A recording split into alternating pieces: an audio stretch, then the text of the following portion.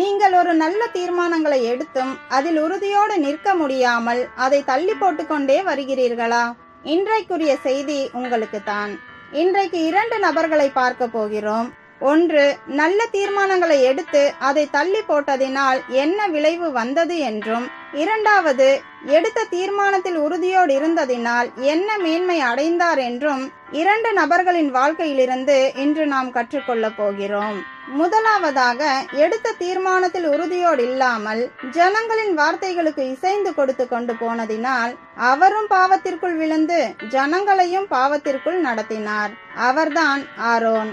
இஸ்ரவேலின் தேவன்தான் உண்மையான தேவன், அவர்தான் இந்த அடிமைத்தனத்திலிருந்து மீட்டு உங்களை வழி நடத்துகிறவர் என்று இஸ்ரவேல் ஜனங்களை அழைத்து கொண்டு வந்தவர் தான் எடுத்த தீர்மானத்தில் உறுதியோடு இல்லாமல் கன்று குட்டியை வார்ப்பித்ததினால் தானும் பாவத்திற்குள் விழுந்து அநேக ஜனங்களையும் பாவத்திற்குள் நடத்தினார்.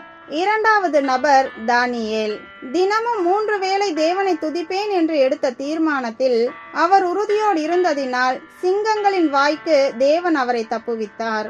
ராஜாவின் கண்களுக்கு முன்பாகவும் ஜனங்களின் கண்களுக்கு முன்பாகவும் தேவன் அவரை மேன்மைப்படுத்தி அந்த நாட்டிற்கே அதிபதியாக அவரை மாற்றினார். அதன் விளைவினால் அநேக பாபிலோனிய ஜனங்களும் ராஜாவும் தேவனுடைய அன்பை அறிந்து கொண்டார்கள். ஆகையால் நாம் எடுத்த தீர்மானங்களில் உறுதியாக இல்லாமல் அதை தள்ளி போடுகிறோமா?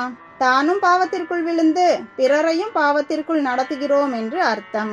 எடுத்த தீர்மானங்களில் உறுதியோடு இருக்கிறீர்களா? அதன் விளைவினால் நீங்கள் மேன்மை அடைந்து அநேகரை ரட்சிப்பிற்குள் நடத்துகிறீர்கள் என்று அர்த்தம். ஆதலால் எடுத்த தீர்மானங்களை நாம் தள்ளி போடாமல் அதில் உறுதியோடு இருப்போம்.